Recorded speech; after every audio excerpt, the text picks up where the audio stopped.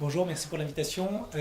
Donc oui, je vais essayer de donner l'analyse d'un agrégateur, donc un peu une vue marché, qui est peut-être en léger décalage par rapport aux discussions qu'on a pu avoir jusque-là, même si elles peuvent se recouper avec celle de la première table ronde. Et c'est aussi la vue un peu d'un acteur commercial finalement.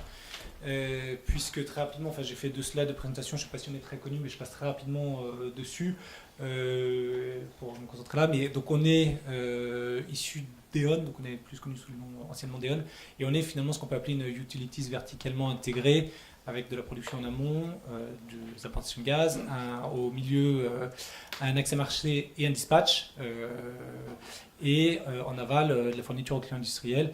Et donc on est présent aussi bien sur les marchés de l'énergie finalement que sur le MA et les services systèmes, et ce aussi bien en France qu'en Allemagne. Et donc là, je vais essayer de me concentrer peut-être un peu plus sur finalement, vu d'un agrégateur, quels sont les coûts du renouvelable sur le marché de l'énergie. Et donc peut-être pas tellement me concentrer sur les aspects coûts général pour le réseau.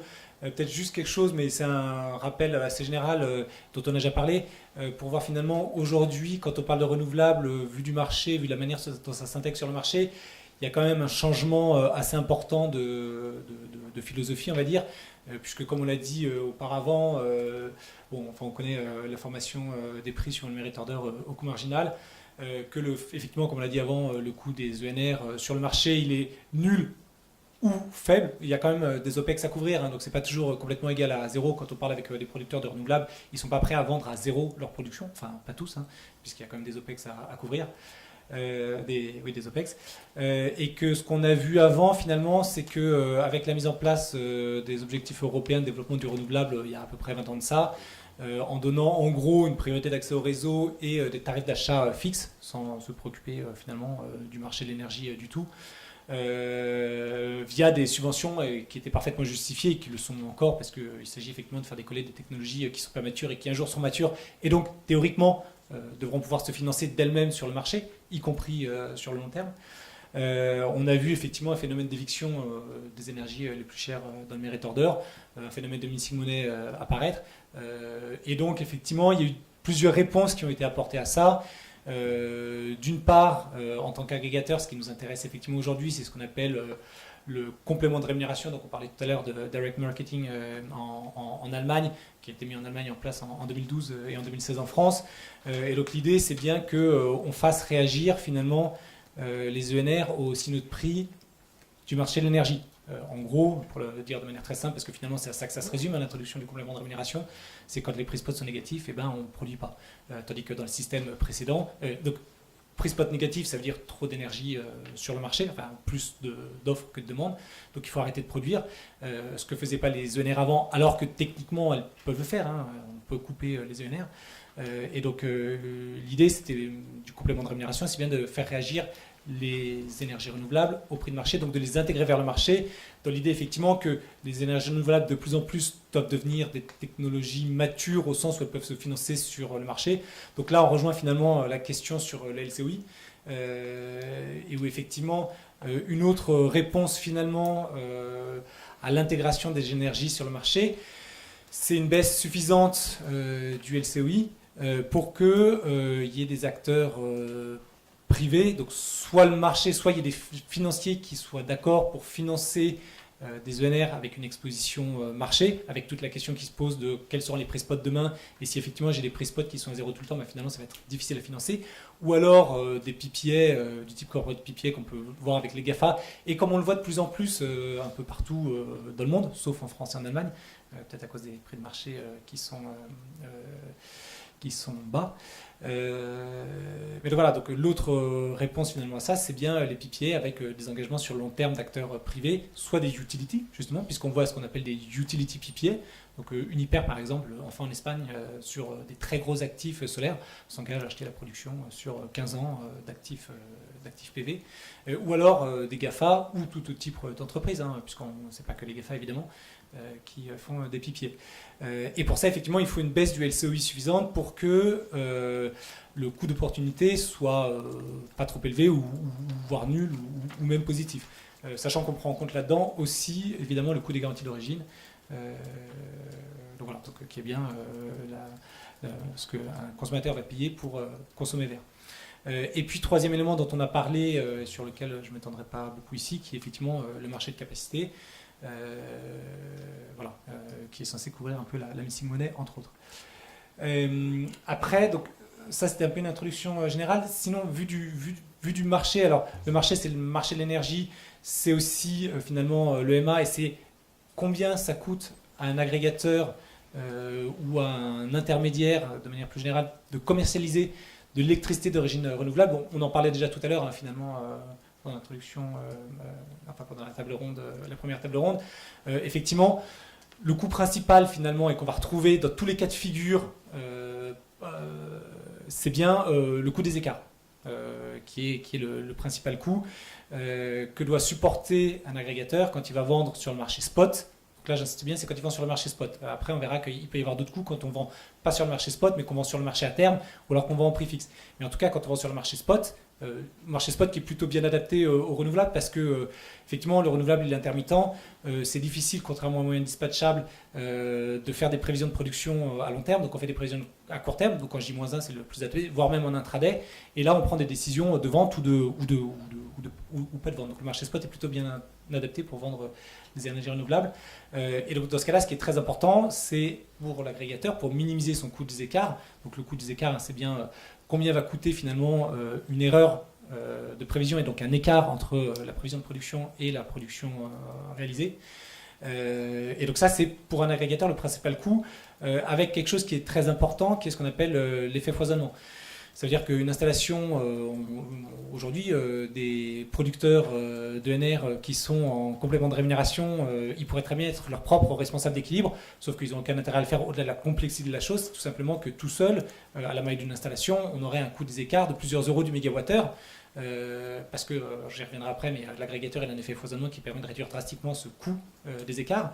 Et après, le coût des écarts, il va vraiment dépendre de beaucoup de facteurs. Il va être très variable d'un pays à l'autre. Il va dépendre effectivement, est-ce qu'on est en single price ou pas, est-ce qu'on est au coût marginal. Il va dépendre du pas de temps de l'équilibrage, est-ce qu'on n'a pas de temps de quart d'heure, est-ce qu'on n'a pas de temps de demi-heure. On voit que le pas de temps de quart d'heure, on le voit en Allemagne notamment, ça fait un coût des écarts, notamment pour le PV, un pas de temps de quart d'heure extrêmement élevé, notamment quand par exemple il n'y a pas de produit sur le marché spot quart d'heure, bon, ce qui est le cas maintenant, mais donc voilà, donc ce coût des écarts il va dépendre finalement du design du marché, enfin du design du MA. Il va aussi dépendre beaucoup de la taille du portefeuille de l'agrégateur et de sa composition. Si vous mettez 1 gigawatt de solaire situé dans le sud de la France uniquement et que c'est le seul actif dans le portefeuille d'un agrégateur, bah, il ne va pas y avoir beaucoup d'effets foisonnement. Si vous mettez du solaire, de l'éolien, de la biomasse, et puis des consommateurs industriels de toutes sortes, et des consommateurs résidentiels, etc., vous avez bien un foisonnement d'une part par la taille du portefeuille, et d'autre part par la décorrélation des courbes de consommation et de production. Donc ça, c'est un effet foisonnement très important.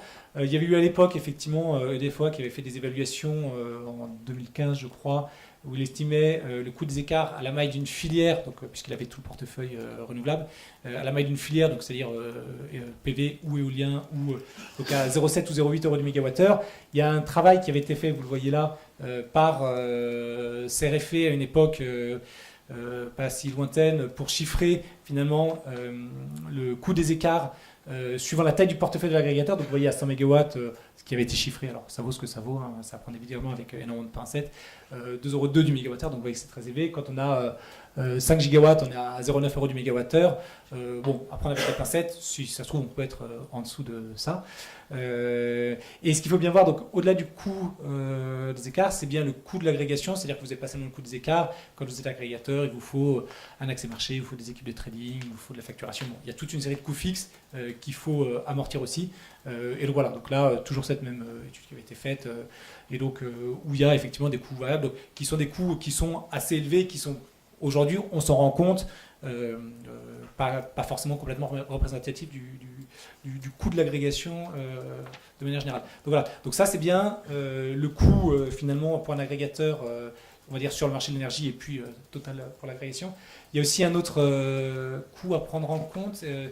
Donc le coût des écarts, c'est finalement quand on pourrait dire que c'est un peu le seul coût qu'on a quand on vend sur le marché spot.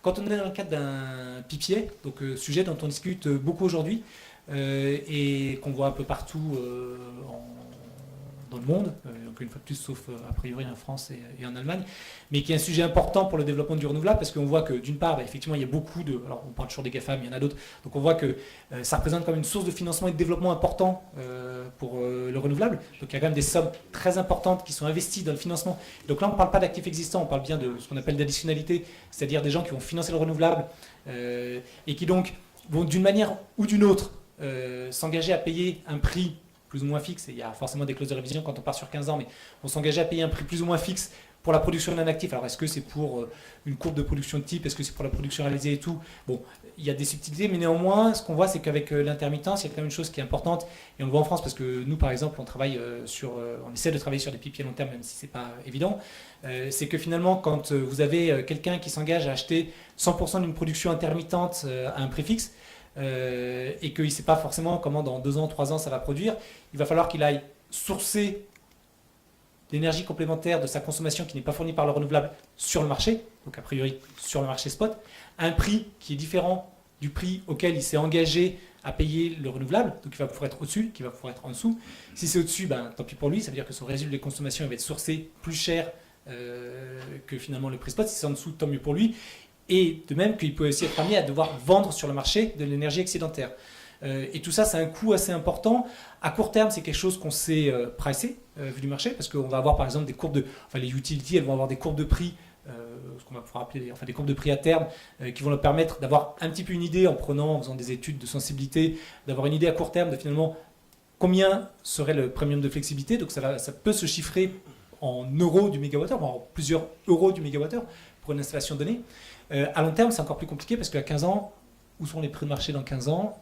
C'est-à-dire qu'aujourd'hui, on va avoir une utility. Aujourd'hui, on cite souvent comme LCOI en France pour du PV très bien placé, coût de raccordement faible, hors d'appel d'offres creux parce que pas éligible, grande taille. On va citer, pour être conservateur, 50 euros du mégawattheure. Donc, bon, on trouve quelqu'un qui est prêt, un industriel, ça se trouve pas trop aujourd'hui en France, mais qui est prêt à payer 50 euros du mégawattheure pour un certain profil de production PV. Dans 10 ans, le résiduel de consommation de cet industriel, à combien on va l'acheter? On ne sait pas. Et donc, à combien s'élèvera le problème de flexibilité? On ne sait pas. Donc voilà, donc ça, c'est aussi effectivement un coût vu du marché. Donc voilà, dernier point, j'ai pas de slide là-dessus, mais on parlait tout à l'heure beaucoup, par exemple, de stockage de batteries, de services finalement qui pourraient être rendus par le renouvelable au réseau, que ce soit sur l'EMA ou sur les services systèmes. Et on disait effectivement, a priori, ça doit être réservé au réseau, ça ne doit pas être des activités commerciales, donc ça veut dire qu'on ne pense pas trop forcément aux arbitrages sur le marché de l'énergie entre le peak et l'off-peak, par exemple, que pourrait faire du stockage. Mais par contre, effectivement, il y a des réflexions en cours aujourd'hui, et c'est plus que des réflexions, parce que commercialement, ça donne...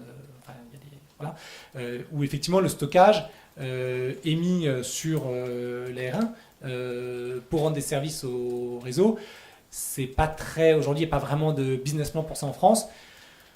On verra ce qu'il en est, mais c'est aussi le rôle finalement du marché des agrégateurs que de faire progresser ces sujets-là. On voit que dans d'autres pays, ça marche bien, puisqu'il y a des appels d'offres pour du stockage sur les réseaux, et c'est des services qui vont être rendus par des acteurs privés. Voilà, c'est aussi le rôle des acteurs privés, et donc du marché de ce point de vue-là, que de progresser là-dessus. Voilà, je vous remercie.